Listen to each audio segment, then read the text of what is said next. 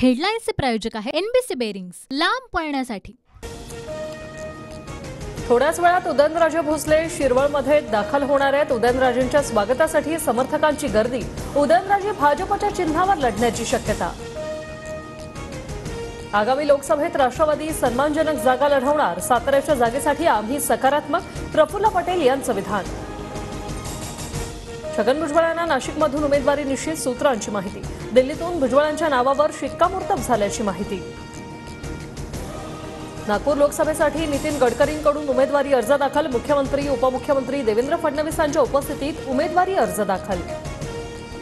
स्वार्थासाठी विरोधक एकत्र, आगामी लोकसभेत महायुतीचे उमेदवार विजयी होणारच। मुख्यमंत्री एकनाथ शिंदेंकडून विश्वास व्यक्त। मनसेची महायुतीकडे 3 जागांची मागणी, 3 पैकी 2 जागांवर चर्चा सुरू। मनसे नेते बाळा नांदगावकर यांची माहिती। वंचित महाविकास आघाडीकडून बाहेर, आगामी लोकसभा निवडणुका स्वतंत्र लढणार। प्रकाश आंबेडकरांची घोषणा। वंचितकडून 8 उमेदवारांची यादी जाहीर। प्रकाश आंबेडकर अकोला लोकसभेतून लढणार। मनोज जरांगेंची युती करण्याबाबत सविस्तर चर्चा। जरांगेंनी 30 तारखेपर्यंत थांबायला सांगितलंय।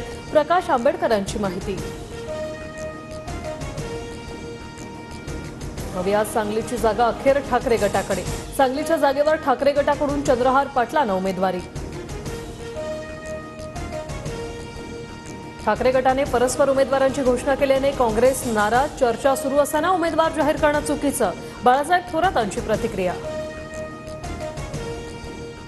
हेडलाईन्सचे प्रायोजक आहे एनबीसी बेरिंग्स, लांब पळण्यासाठी।